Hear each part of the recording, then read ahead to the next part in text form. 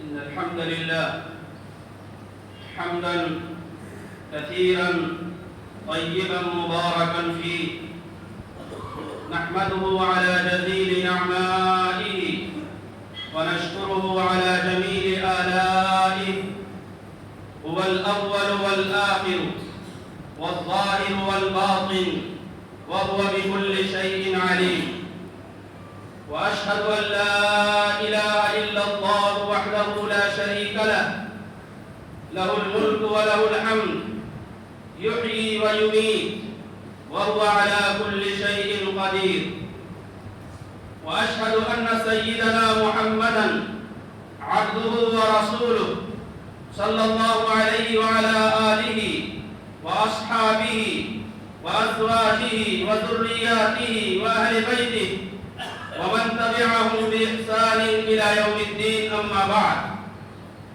فيا أيها الإخوة المؤمنون، أوصيكم ونفسي بتقوى الله عز وجل، لأن الله عز وجل يقول: ولقد وصينا الذين أوتوا الكتاب من قبلكم وإياكم أن اتقوا الله.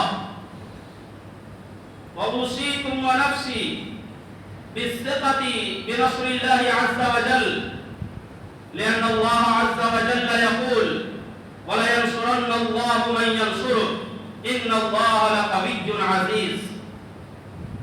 أيها الإخوة المؤمنون، الخلق والأمر ابتدأ من أم القرى مكة المكرمة، ومنها فرشت الأرض ودحيت، والمنتهى والمحشر هي أرض الشام قبل تقسيمها إلى دويلات خمس. فأرض الشام هي الأرض المباركة، وأرض الشام هي الأرض المقدسة، وأرض الشام هي مهجر إبراهيم عليه الصلاة والسلام، وأرض الشام هي مبعث الأنبياء والرسل، وأرض الشام هي مصرى نبينا محمد صلى الله عليه وآله وسلم، ومنها معراج النبي صلى الله عليه وآله وسلم إلى السماوات العلى. وفي أرض الشام أمة منصورة من الله عز وجل، فليس هناك شبر من هذه الأرض إلا وقد بعث فيه نبي وقام فيه ملك مقرب. وقد وصف الله عز وجل هذه الأرض بالبركة، البركة الدينية والبركة الدنيوية. فأما البركة الدنيوية فهي بطيب هوائها وعذوبة مائها وكثرة أشجارها وزروعها ونخيلها.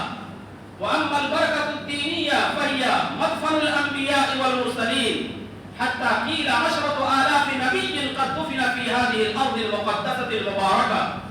قال الله سبحانه وتعالى: ونجيناه ولوطا إلى الأرض التي باركنا فيها للعالمين. أيها الإخوة المؤمنون، استقر الساميون العرب في هذه الأرض قبل ميلاد المسيح عليه الصلاة والسلام ب6,000 سنة، ثم استوطنها الكنعانيون العرب، ثم اليبوسيون، ثم الجرجاشيون، ثم الفراعنة، ثم الأمالقة، ثم بنو إسرائيل، ثم البابليون، ثم اليونان، ثم الرومان، ثم البيزنطيون، ثم فتحها سيدنا عمر بن الخطاب رضي الله عنه في السنة 16 من الهجرة. وهكذا كانت هذه الأرض تحت ملك المسلمين حتى وصل الأمر إلى القرن الخامس الهجري، فاحتلها الصهاينة أو فاحتلها الصليبيون، وبقيت هذه الأرض عندهم 90 سنة. ثم استرد هذه الأرض أسد من أسود الله، أسد مغوار قوي باصل، وهو السلطان صلاح الدين الأيوبي، وهو الذي أنقذ هذه الأرض من مراسل اليهود الغاشمين الظالمين. ومنذ ذلك الحين كانت هذه الأرض في ملك المسلمين إلى منتصف القرن 20 الميلادي، حتى قامت هناك حكومة غير شرعية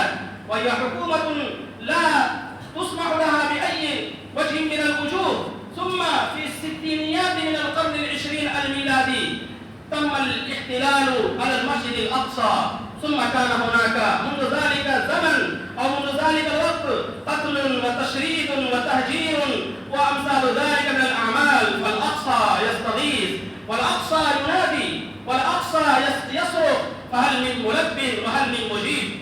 أيها الإخوة المؤمنون، لا يستحق اليهود أن يكونوا ملاك هذه الأرض أو مالكي زمام هذه الأرض. لماذا؟ قد سكنت هناك 10 أقوام و10 شعوب و10 قبائل، أولهم المسلمون وأطولهم زمنا المسلمون، وإن شاء الله آخرهم المسلمون. وقد نيطت قدسية هذه الأرض بالعقيدة الإسلامية، فهذه الأرض هي القبلة الأولى للمسلمين. وقد صلى النبي صلى الله عليه وآله وسلم متجها إلى المسجد الأقصى 17 شهرا، وأيضا إنه أسري من هنا إلى الله سبحانه وتعالى إلى السماوات العلى. وقد بين النبي صلى الله عليه وسلم عظمتها وأهميتها وفضيلتها. كذلك لا تشد الرحال إلا إلى 3 مساجد: المسجد الحرام والمسجد الأقصى ومسجد هذا يعني المسجد النبوي. وهناك دليل آخر لملك المسلمين على هذه الأرض، أن اليهود ينضمون أنفسهم أو ينسبون أنفسهم إلى سيدنا إبراهيم عليه الصلاة والسلام، وإلى داود وسليمان ويعقوب وأيوب وأمثال هؤلاء الأنبياء. لكن الانتماءات ولكن النسبة لا تحصل، لكن الشرف والعظمة لا تحصل بالنسب وبالذرية وبهذه الانتماءات الكاذبة. الشرف والعظمة تحصل أو يحصل بالخير وبالصلاح وبالإيمان وبالعمل الصالح. قال الله سبحانه وتعالى: وإذ ابتلى إبراهيم ربه بكلمات فأتمهن قال إني جاعلك للناس إماما قال ومن ذريتي قال لا ينال أحد الظالمين. فتاريخ هذا القوم مليء بالظلم والاضطهاد والتهجير والتشريد. إنهم خالفوا التوراة، إنهم خالفوا يوم السبت، إنهم آذوا موسى عليه الصلاة والسلام إيذاء كثيرا، إنهم قالوا اذهب أنت وربك فقاتلا إنا هاهنا قاعدون، إنهم قتلوا زكريا عليه الصلاة والسلام على أحد الأقوال، وإنهم قتلوا يحيى عليه الصلاة والسلام ووضعوا المنشار على رأسه وجعلوه في قطعتين أو في جزئين. إنهم اتهموا السيدة مريم العذراء نعوذ بالله بالفاحشة، وإنهم صلبوا عيسى عليه الصلاة والسلام حسب معتقداتهم.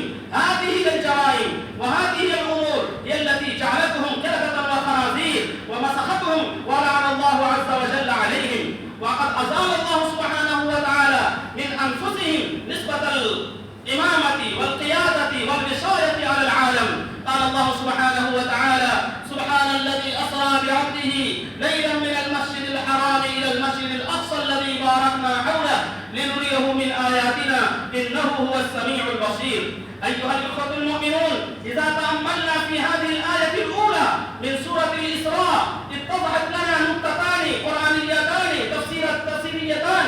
والنقطة الأولى هي أن الله سبحانه وتعالى قد ذكر المسجد الحرام والمسجد الأقصى معا. وثانيا أن الله سبحانه وتعالى ذهب بنبينا محمد صلى الله عليه وآله وسلم من مسجد الحرام إلى المسجد الأقصى. فالنقطة الأولى تبين أمامنا أن النبي صلى الله عليه وسلم هو نبي القبلتين وإمام الإنسانية الجمعاء، إمام اليهود وإمام النصارى، إمام الصليبيين وإمام المسلمين وإمام المشركين وإمام جميع الطوائف والطبقات. والنقطة الثانية لجمع هذين المسجدين في هذا المكان أن المسجد الحرام والمسجد الأقصى كجناح طير، كما أن الطير لا تستطيع أن تطير بجناح واحد، فإذا قص جناح واحد وإذا كسر جناح واحد وإذا قطع جناح واحد لا تستطيع الطير أن تطير. وكذلك الأمة الإسلامية لا تستطيع أن تنهض، لا تستطيع أن تزدهر، لا تستطيع أن تتدرج إلى المكانات العلى بسبب هذه المعوقات وبسبب هذه العوائق والحواجز.